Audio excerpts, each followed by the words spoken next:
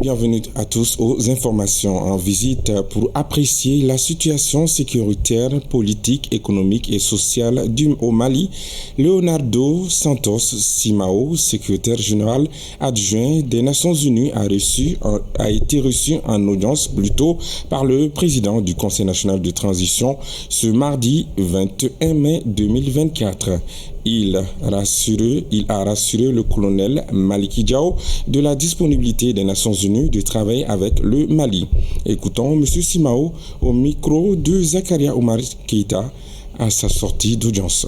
Je suis dans une visite d'accompagnement de la situation sécuritaire, politique, économique et sociale du pays, dans le sens d'encourager le pays à surmonter les difficultés de parcours. Et avec le président de la CNT, on a échangé des informations sur l'évolution du pays et les succès qu'on s'enregistre dans le pays. Mais aussi, j'ai transmis la disponibilité des Nations Unies de continuer à travailler avec le pays, surtout au niveau du développement et de soutien humanitaire. Le processus va sur le bon chemin.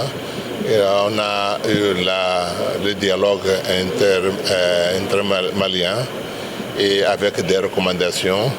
Et je crois savoir que les recommandations ne sont pas des décisions définitives, mais ils vont être appréciées pour le gouvernement pour prendre des décisions définitives et les utiliser pour des prochaines étapes du processus de normalisation de la vie politique et économique du pays. Les pays sont libres d'associer entre eux pour mutualiser les ressources pour combattre un ennemi commun, dans ce cas le terrorisme.